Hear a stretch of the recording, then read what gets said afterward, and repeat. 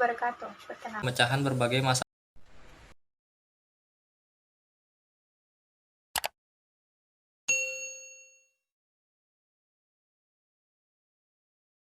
Assalamualaikum warahmatullahi wabarakatuh. Perkenalkan, nama saya Angelina Apriliani, saya dari kelas 11 BBS. Saya ingin memaparkan materi tentang mewaspadai ancaman terhadap kedudukan NKRI. Jadi di sini ada 2 poin. Yang pertama, ancaman terhadap integrasi nasional, dan yang kedua, strategi mengatasi berbagai ancaman. Baik, kita akan membahas materi yang pertama, yaitu ancaman terhadap integrasi nasional. Baik, sebelum bahas lebih jauh lagi, alangkah baiknya kita mengerti apa itu ancaman. Jadi ancaman adalah upaya atau tindakan, baik dari dalam ataupun luar negeri, yang dinilai dan dibuktikan dapat membahayakan bangsa, keamanan, kedaulatan, keutuhan wilayah NKRI, dan kepentingan nasional di segala aspek. Nah, yang pertama itu ada ancaman bidang ideologi. Contohnya adanya pengaruh paham liberalisme dalam kehidupan masyarakat. Dan yang kedua ada ancaman di bidang politik. Contohnya yaitu yang pertama di dalam negeri ataupun luar negeri ya. Nah, yang di dalam negeri itu penggunaan kekuatan melalui pengerahan massa. Yang kedua, intervensi politik menggunakan isu. Yang ketiga, ancaman bidang ekonomi. Contohnya pasar Indonesia dibanjiri oleh barang-barang luar negeri. Yang keempat ada ancaman bidang sosial budaya. Contohnya itu semakin lunturnya nilai-nilai keagamaan dalam kehidupan bermasyarakat. Dan yang terakhir ada di ancaman bidang pertahanan dan keamanan. Contohnya agresi dan teror bersenjata. Nah, yang sekarang kita masuk ke poin yang kedua, yaitu strategi mengatasi berbagai ancaman. Nah, sebelum kita membahas lebih jauh lagi, alangkah baiknya kita itu memahami apa itu strategi nasional. Jadi, strategi nasional merupakan rangkaian rencana yang disusun guna menjawab tantangan baru yang mungkin terjadi sebagai akibat dari langkah sebelumnya. Yang pertama ada strategi mengatasi ancaman bidang politik. Contohnya itu mengembangkan demokrasi politik, perlindungan, dan penegakan HAM. Dan yang kedua ada strategi mengatasi ancaman bidang ekonomi. Contohnya sistem ekonomi harus sesuai dengan amanat pasal 33 UUD tahun 1945, yaitu demokrasi ekonomi atau ekonomi kekeluargaan. Yang ketiga ada strategi mengatasi ancaman bidang budaya. Contohnya, perlunya kesadaran, keseimbangan, dan keserasian melahirkan toleransi yang tinggi. Dan yang terakhir adalah strategi mengatasi ancaman bidang pertahanan dan keamanan. Contohnya, mengembangkan upaya bela negara dengan sistem pertahanan keamanan rakyat semesta atau Siskam rata. Cukup sekian penjelasan dari saya mengenai materi mewaspadai ancaman terhadap kedudukan NKRI. Kurang lebihnya saya mohon maaf. Assalamualaikum warahmatullahi wabarakatuh. Tantangan dalam menjaga keutuhan NKRI. Fenomena global masih mengetengahkan penguatan nilai-nilai universal yakni demokrasi dan hak asasi manusia. Bersamaan dengan itu, isu lingkungan hidup dan dampak pemanasan global memunculkan persoalan serius yang memerlukan respons secara internasional. Pemanasan global telah berdampak terhadap perubahan musim dan yang tidak menentu yang mengancam kehidupan manusia dalam bentuk ancaman kelaparan, wabah penyakit, dan bencana alam yang berpotensi mengganggu stabilitas ekonomi dan keamanan. Peta keamanan global menempatkan terorisme menjadi ancaman global. Penggunaan kekuatan militer oleh suatu negara ke wilayah negara lain mengancam kedaulatan dan kehormatan suatu negara yang berdaulat. Masalah perbatasan juga merupakan sumber utama potensi konflik antar negara di kawasan Asia Pasifik termasuk Asia Tenggara. Tantangan di lingkungan internal Indonesia adalah mengawal NKRI agar tetap utuh dan bersatu. Di sisi lain, ancaman terhadap kedaulatan masih berpotensi, terutama yang berbentuk konflik perbatasan, pelanggaran wilayah, penggangguan keamanan maritim, dan dirgantara. Gangguan keamanan di wilayah perbatasan berupa pelintas batas secara ilegal, kegiatan penyelundupan senjata dan bahan peledak, masalah separatisme, pengawasan pulau-pulau kecil terluar, ancaman terorisme dalam negeri, dan sebagainya. Berdasarkan tantangan tersebut, maka visi terwujudnya pertahanan negara yang tangguh dengan misi menjaga kedaulatan dan keutuhan wilayah NKRI serta keselamatan bangsa yang harus terwujud. Pada dasarnya perumusan kebijakan umum pertahanan negara dilaksanakan Menteri Pertahanan Negara, sedangkan proses penetapan dilaksanakan di tingkat Dewan Keamanan Nasional selaku penasehat Presiden RI.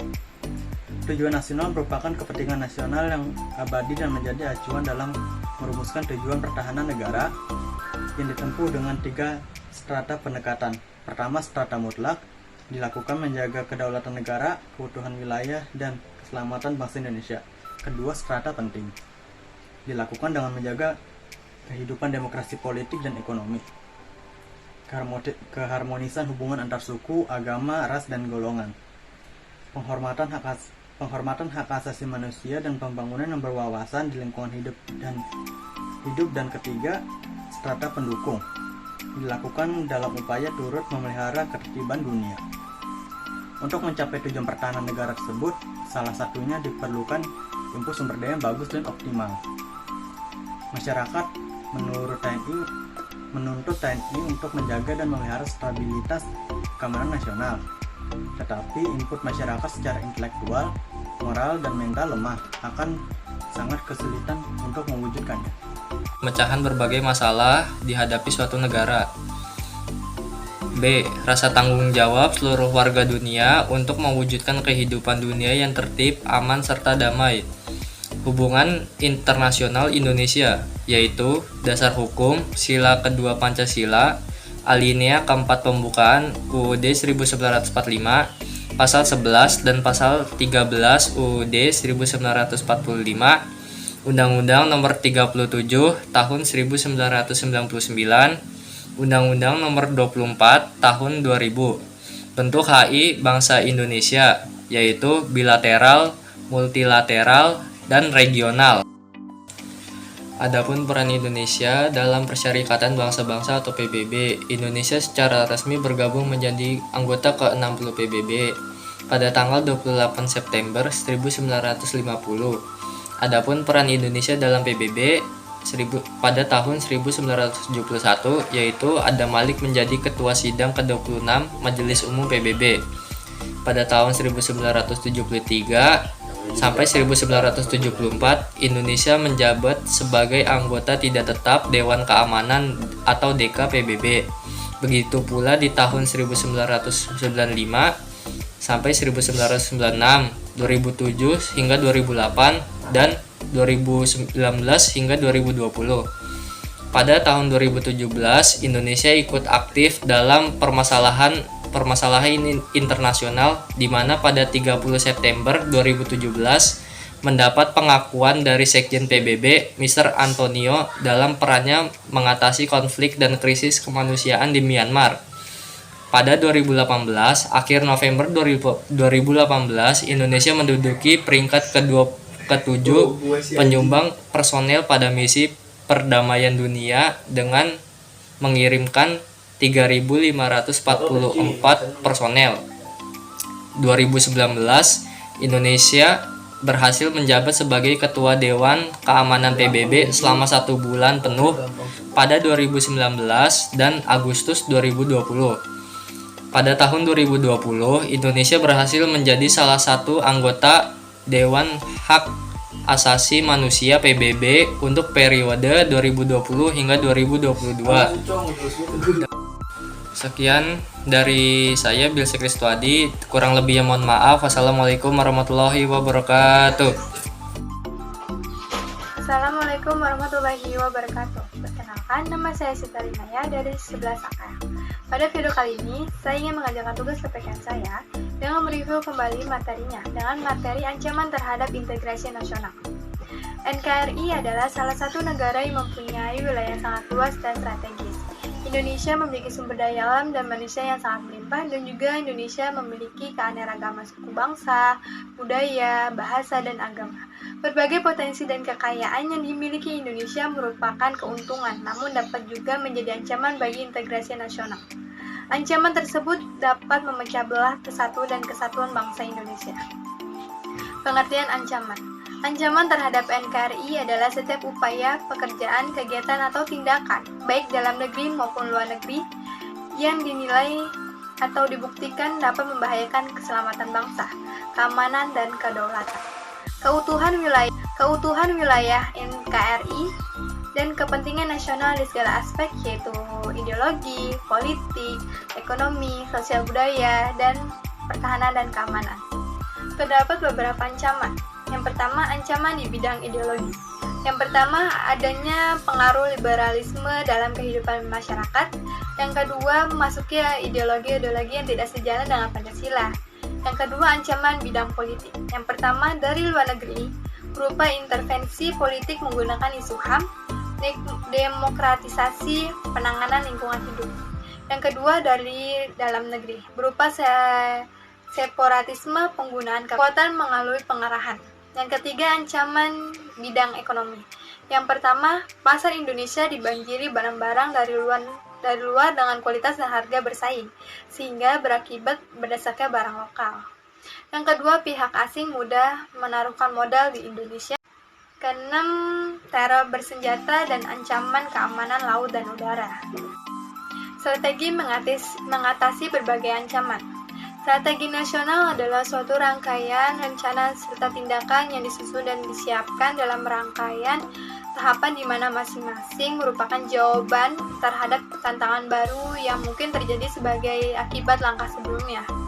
Terdapat beberapa strategi nasional. Yang pertama, strategi nasional di bidang politik. Yang pertama, penerapan demokratisasi di kehidupan masyarakat.